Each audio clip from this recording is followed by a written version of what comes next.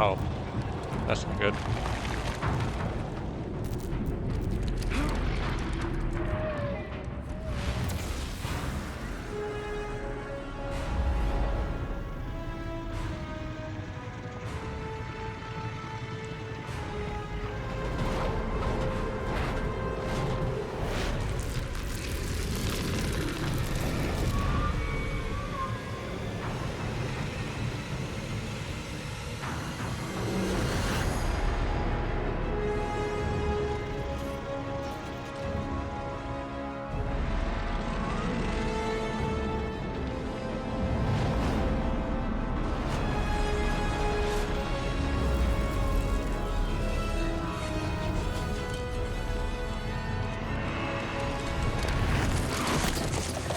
Ouch.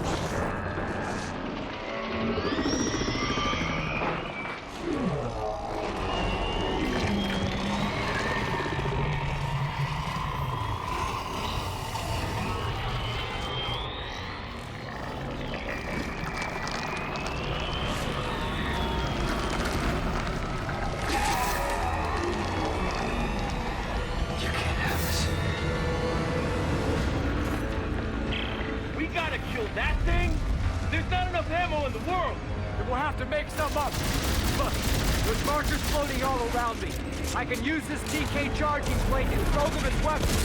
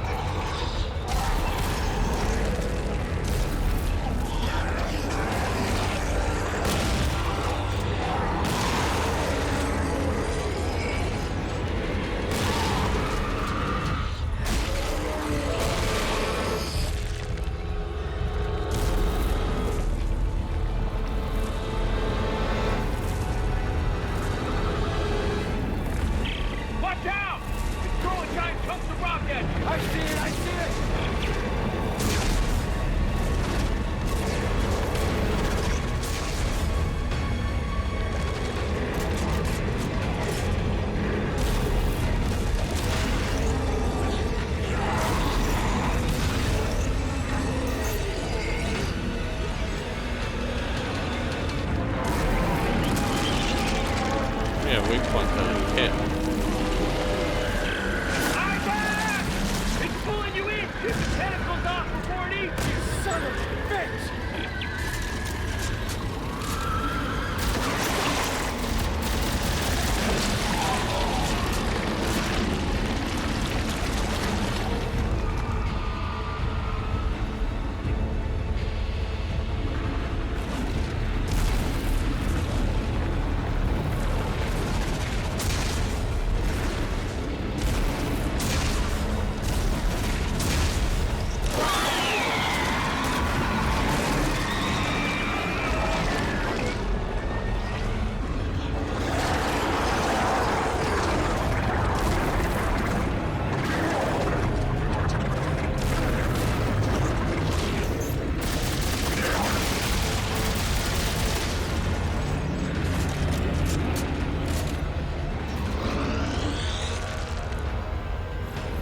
I do not remember this ending at all. Like this fight, at least.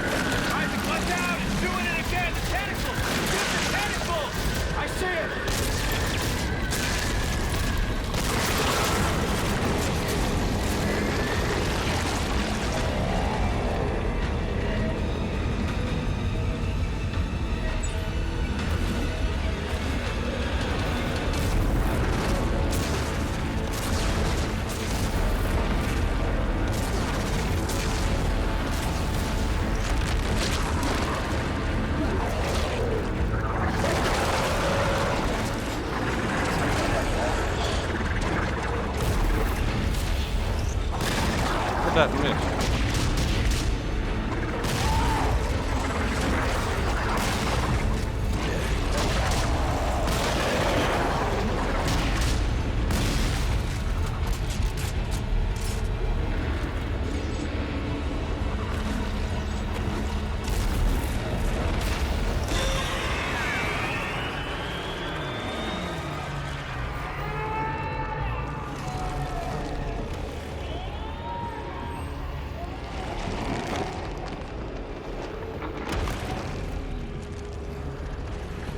not good.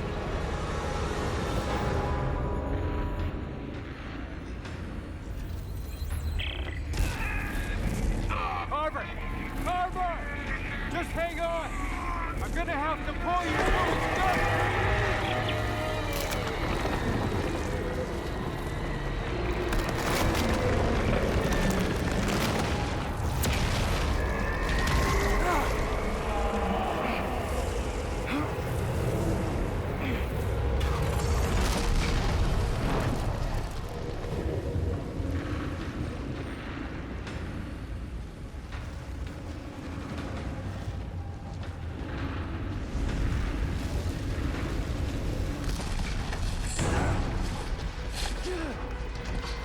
Come on! So this is it, huh? We use that codex. Yeah. No more bullshit. We die here, now. But Earth gets it tomorrow.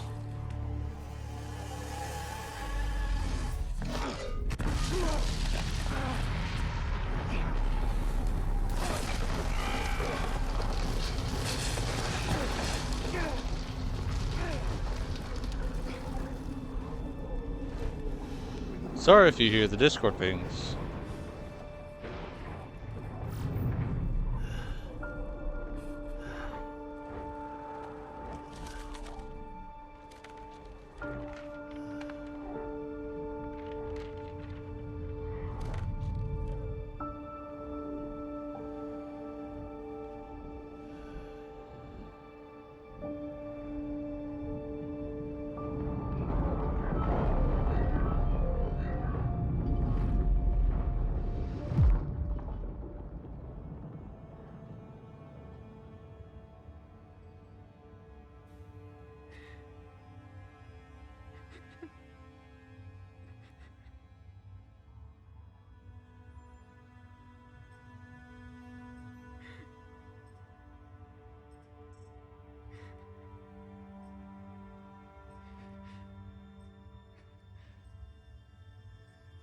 Isaac?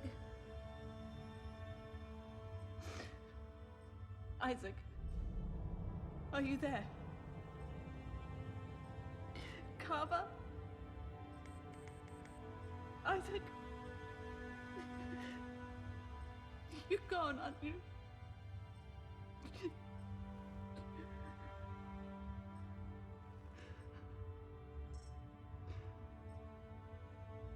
The mark signal. It's gone too. Isaac, you did it. You really did it.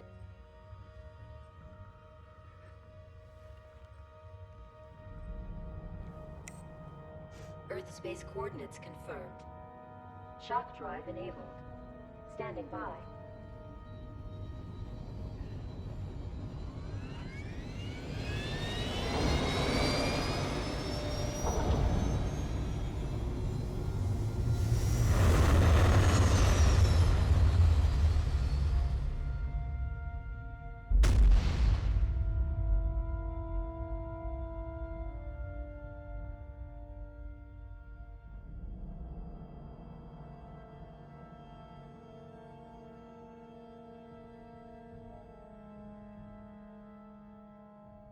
Templeman.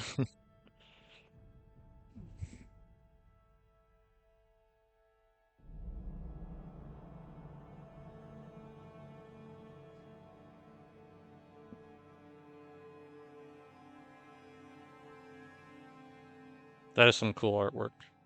Damn.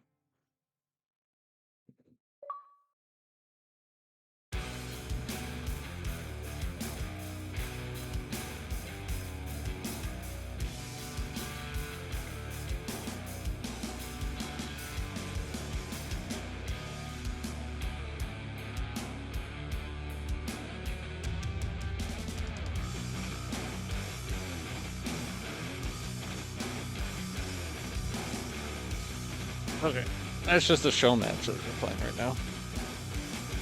I have the Rainbow Six Siege stuff up on my tablet.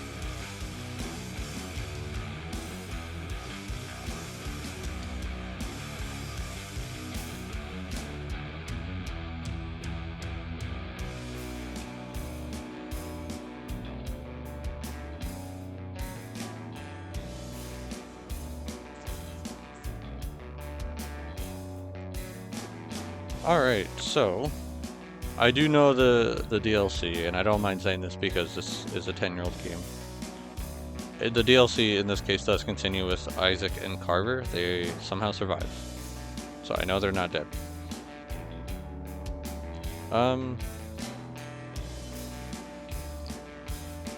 So I do think this is a good game. After completing it myself, this is still a quality game, and you know, you are definitely, I feel like, getting your money's worth with this campaign. There are, like, I do feel several good moments. I do think it drags a little at the end there. It feels a little padded out, but I don't think it's too bad.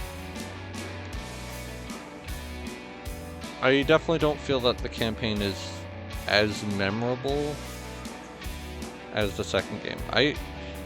The second game does, like, even though it's shorter than the first game, and at least from how my playthroughs went, it highlights this campaign with a lot of memorable moments, whether that be like the Isaac running into that monster, like getting captured initially, and then the gunship freeing him, and then he runs into the monster after going through the vent, and then it gets blasted into space.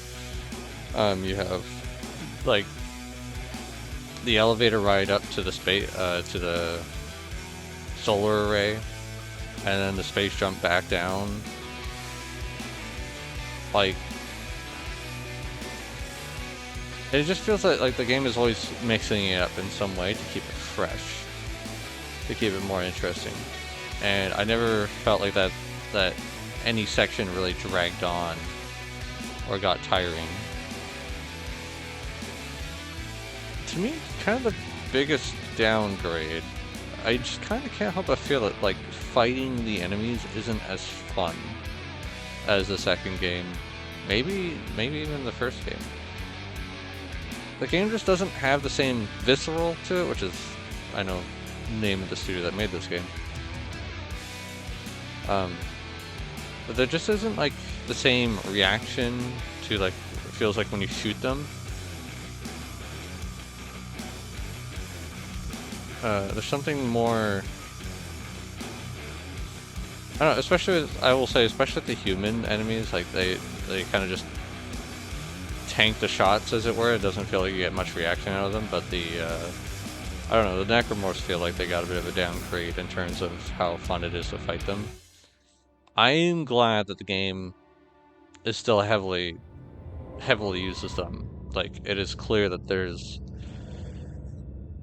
I don't know, I feel like you fight them like 90, like, percentage-wise, that you fight them like 90% of the time. You really only fight humans at, like, the beginning, and then there's like 10 chapters without fighting any humans at all. And then they start to appear, kind of back up around the midway point, late midway point, and then, like, even then, I would still say there's, like, full chapters where you go without fighting a single human enemy.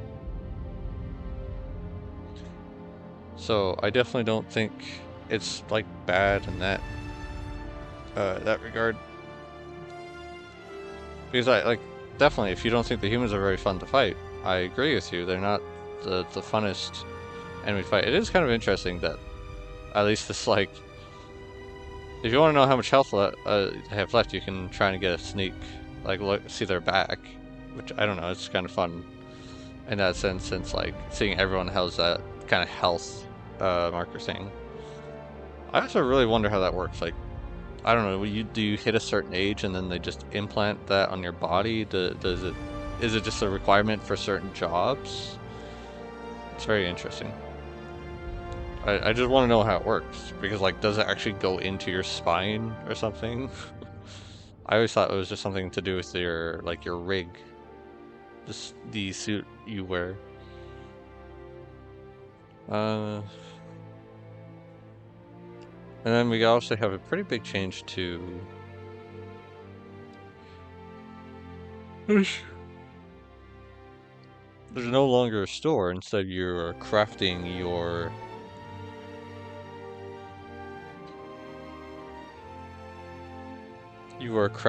materials now, your stuff that you need in your scavenging for materials rather than for ammo and stuff. And you know what? They said they wanted to highlight his engineer background more, and I'm cool with that. I can get down with that.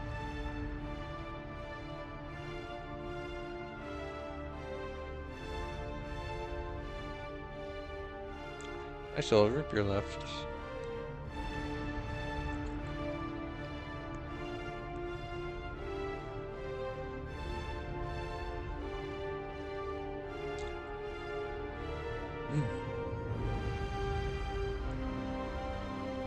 Well, it took me a bit.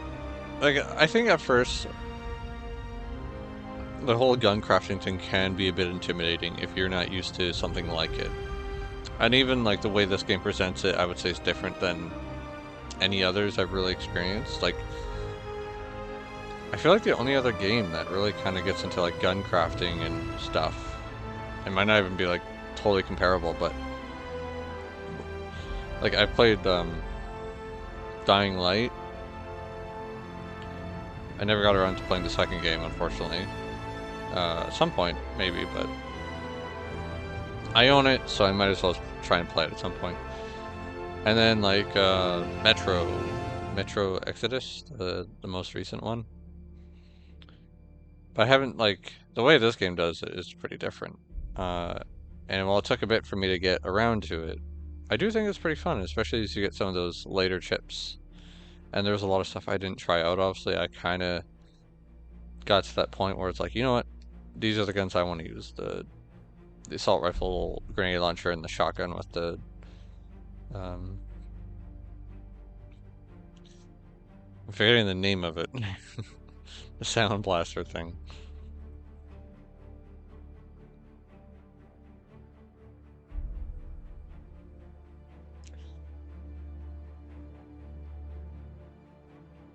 I think and upgrading them is pretty fun too with the chips and getting better chips as you go.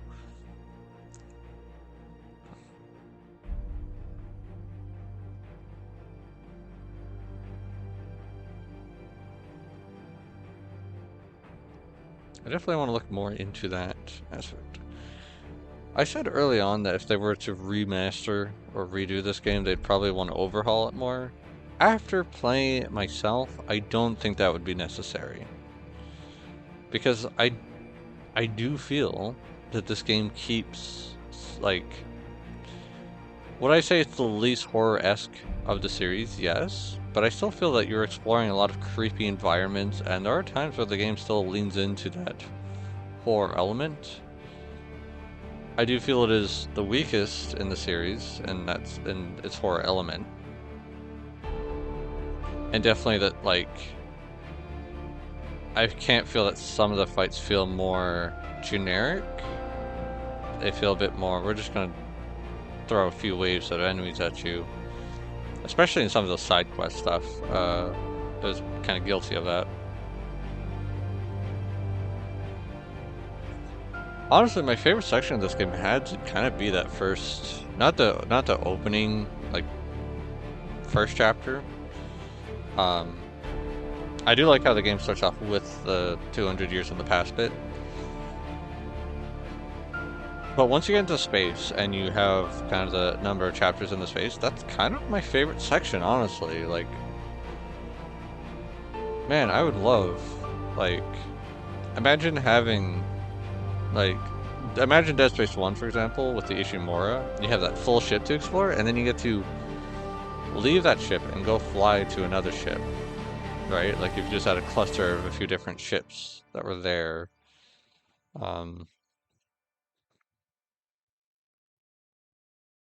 And maybe not every ship is as big and filled in like the Ishimura is, but I kind of feel like that would be a fun way to imagine it. Oh. Ellie? Ellie.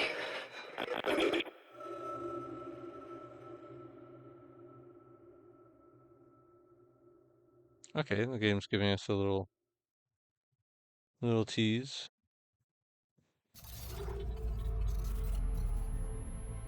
+3 reload circuits available at the bench. +7 ultimate.